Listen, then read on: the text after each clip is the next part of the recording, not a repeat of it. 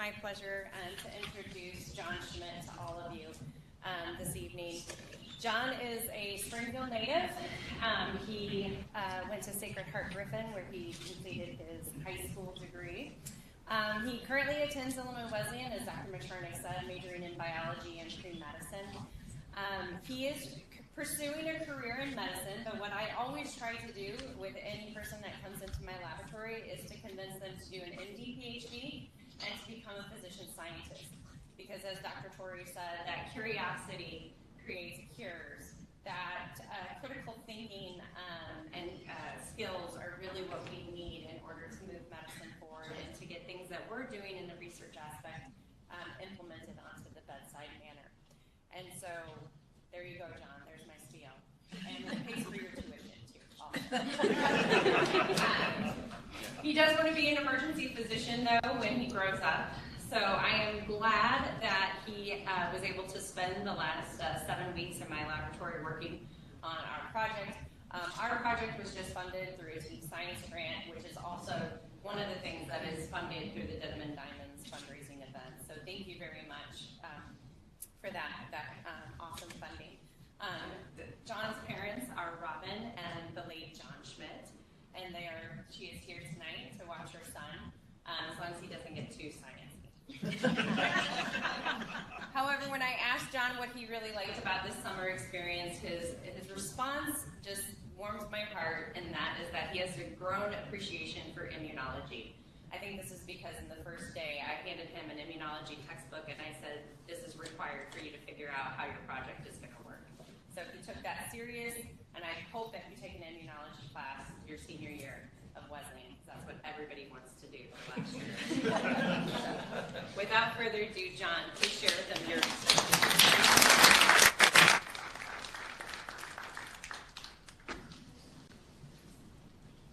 Thank you for that introduction, Dr. B. Hello, my name is John. Tonight, I'm going to be presenting on the endometrial localization of SLC3A2, or the tryptophan transporter, or the thing that makes you sleepy when you eat turkey, and endometrial cancer, or in other words, potential mechanisms of endometrial cancer to evade immune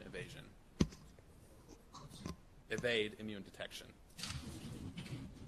So first, let's start off with what exactly is endometrial cancer. Endometrial cancer is one of the most common gynecological cancers, and specifically, it affects this part of the uterus called the endometrium. And in 2024, the American Cancer Society predicts that around 68,000 women will be diagnosed with endometrial cancer, and approximately 13,000 women will die from endometrial cancer. And what's alarming about these statistics is that the incidence rate is actually increasing, or the rate at which the number of people are diagnosed per year. So for white women, it's increasing for 1% each year, and for women of other racial or ethnic groups, it's increasing 2 to 3% per year.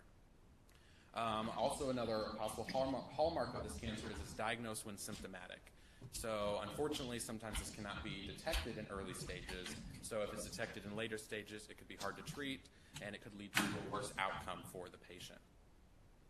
So speaking of patients, who exactly is affected by endometrial cancer? And primarily we see that it's in postmenopausal women. You could start to have symptoms like bloating, abdominal cramps, and while it does affect premenopausal women, about 25% of the cases occur in premenopausal women. One sign of this cancer could be postmenopausal bleeding.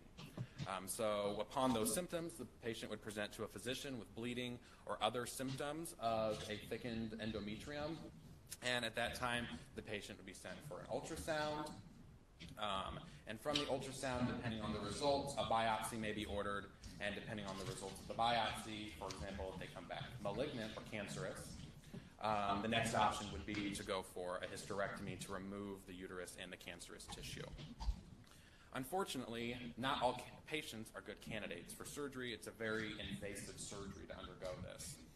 So, for other possible treatments for these patients who are not good candidates for surgery, we, in our lab, looked at the possibility of immunotherapies, or using your immune system to fight off cancer. And possible ways for this immunotherapy to work include well, a possible, I guess, overview of the immune system and cancer would be the elimination pathway, which is where you see all these colored cells here are your immune cells fighting this. You can just barely see it on this wall, this red cell right here, which is the tumor. And they are eliminating that tumor. Or we can have the equilibrium stage where we have a balance of these cells and the cancer can neither be destroyed nor can it proliferate in the body. However, the specific pathway that immunotherapies would target and we look at in our lab is the escape pathway, in which we have this off balance of your immune cells and it allows the tumor tissue or the tumor cells to evade the immune system's detection, and essentially that's what allows cancer to proliferate.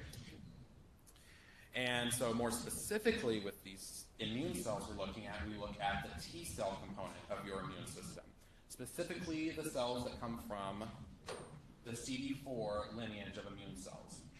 And we have this delicate balance here for immune tolerance, and specifically we look at a T cell known as a T regulatory cell and a Th17 cell. And the T regulatory cell is kind of the suppressor immune cell. That's what allows the cancer to exist in the body and evade the immune system. So this large presence of T regulatory cells is what tells your immune system, like, chill out. I'm supposed to be here, so don't destroy me.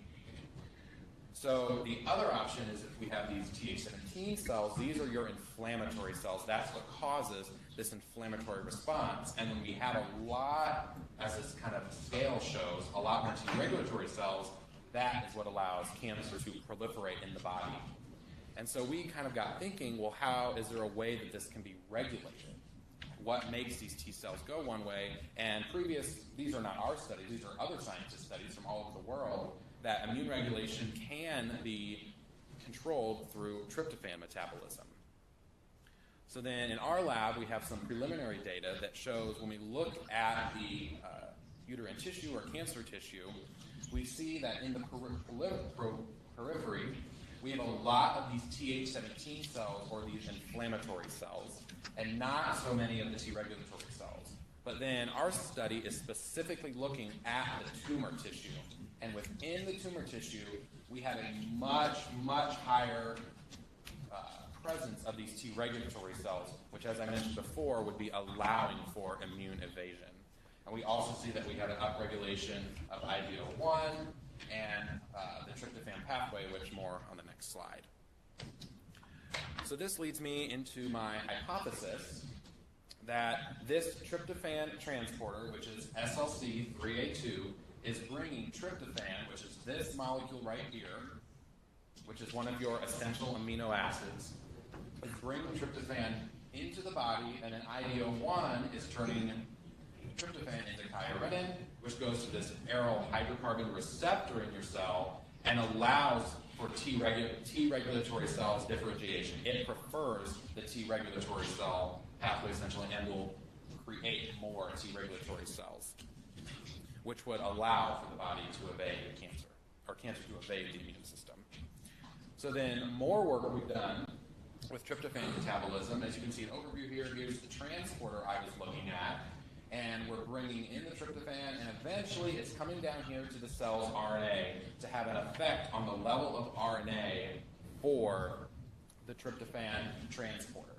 And this chart right here shows the RNA levels in our patients, and the white bar here are our control patients. These are the patients that do not have cancer. The color bars are patients with cancer.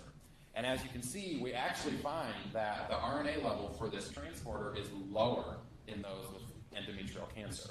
So my goal specifically this summer was to determine if the protein data we find matches the data we get from our RNA experiments. Which leads me into my methods. How did I obtain this? So first, we have patients. We had a clinical study that presented to the SIU OBGYN clinic with endometrial cancer or a benign gynecological disorder that would require a hysterectomy, such as like a prolapsed uterus. From there, we get the patient undergoes a hysterectomy with one of our surgeons, and we in the lab receive an endometrial tissue sample. Once we receive this endometrial tissue sample, we fix it to a glass plate, and we perform something called immunohistochemistry. And immunohistochemistry entails essentially taking this tissue and adding a bunch of antibodies to it, and then we add a dye to it to see if that antibody bound to the specific protein that we were looking at. And if we get this kind of dark brown stain, or the degree of that brown, that tells us how much of that tissue or how much of that protein is present. Or if we have no staining at all, that would mean no protein is in that tissue. Or we mess something up. It's possible. So then these are my results from the SLC3A2 expression. So to my left here, these two pictures are images of cells we received from a control patient. So one of our patients who does not have endometrial cancer, compared to tissue we received from an endometrial cancer patient. And as you can see, the endometrial cancer patients have a much darker expression and more brown spots in their tissue, which is an indicator to us that there is more SLC3A2 expression, or more of that tryptophan transporter expression in that tissue. So then in conclusion, I was able to conclude that patients with endometrial cancer have a higher expression of SLC3A2, that tryptophan transporter. And even though that our previous work shows that the lower RNA levels, the protein data conveys quite the opposite, that these endometrial cancer patients do have a higher expression of that tryptophan transporter. And then future directions to take this work would be to determine a method for quantifying the protein data I obtained from immunohistochemistry, as right now we only have qualitative data, just what we can see. And also we want to perform a FACS analysis to essentially sort the cells and separate the Th17 cells, or the inflammatory cells, from those T regulatory cells to measure their expression in both the periphery and the tumor tissue. And then I'd like to take this time to acknowledge the SIU Simmons Cancer Institute for this amazing opportunity this summer, along with the Team Science Grant, who is the reason that we have the funding for this project and that I can be here, along with my mentor, Dr. Braunmeyer Fleming, and of course, I can't forget the grad student, Sarah Nelson. Thank you.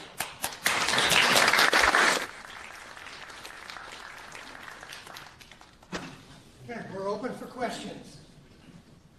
Any speculation as to what's causing the upregulation of the tryptophan transporter? We believe the reason that, specifically in cancer patients, that even though the RNA doesn't support it, is for some reason a mutation in that cancer cell is allowing the protein to be stabilized. So we're getting greater stabilization of that protein. But we currently do not have any data on that. A little off your topic, but are there any studies on evaluating individuals' immune system to begin with, to strengthen the immune system before they have cancer? Did you come across that when you were doing your background research? I did not come across that in my background research. However, I believe strengthening the immune system could help, but part of, even if your immune system is strong, part of the pathogenesis almost of this cancer is that it's not necessarily that your immune system is weak per se, it's the fact that the tumor tissue itself is able to trick the immune system. So something in these cancer cells allows themselves to essentially play hide and go seek with your immune system. And so even a strong immune system with good cells, good healthy cells, would still see these cancer cells and say, oh, they're supposed to be here, and it would move on. John? So what's the future of this? Are you going to eventually see this research going to a non-surgical solution to treat this type of cancer? What's going to be used? What is this? So the hope that you are correct, that eventually when we have patients that present with endometrial cancer, because sometimes the cancer can be caught in early stages, like stage 1. And particularly I would think for women that are possibly still wanting to have children, for that 25% that are not premenopausal, well, the best option would be not to undergo a hysterectomy. And the goal would be, yes, use the immune therapies and the immune system to control the cancer before we get to the point where we do have to remove the uterus or it metastasizes to the colon or organs surrounding that tissue. Is this pathway tryptophan upregulated just in endometrial cancer, or this is like in other cancers, or you just studied endometrial cancer? I mean, or is it anything specific about endometrial cancer that you're feeling that this is the pathway that you need to study in this cancer? I believe it has been studied in other cancers, and that is how we got on the tryptophan pathway. The research papers that were on more than a few slides ago, they were looking at tryptophan metabolism for immune evasion, but I'm not sure what cancers they were examining. Yes, there's several cancers that have identified this pathway as one of the components in altering the Treg differentiation pattern. So, Did you come across any of the theories about why there are increased incidence of this cancer? I did not come across any of those theories. I do know one thing that does put somebody at risk for endometrial cancer. Per the American Cancer Society, people that have not had children are at risk for having this cancer later in life. And our previous research also did discuss how estrogen does play a role in endometrial cancer. Is there anything in a woman's annual exam that would show up to show any signs of this? If the patient is symptomatic, they would tell your physician. However, I'm not entirely sure if there's anything in an annual exam that would pinpoint this to be endometrial cancer versus possibly another benign condition. So right now that's the problem, is that until patients are symptomatic, there really isn't any radiology ordered with ultrasound to determine if the endometrium is thickening and has hyperproliferation. And so that is what we are trying to do some blood assays that can be performed on an annual examination to see if a patient's immune balance. That's why we looked at the periphery and also what's happening in the tissue, so that if we could get a peripheral blood sample and start picking up some immune changes earlier, then that would give a better indication to the physician to follow up with further testing. That's not included.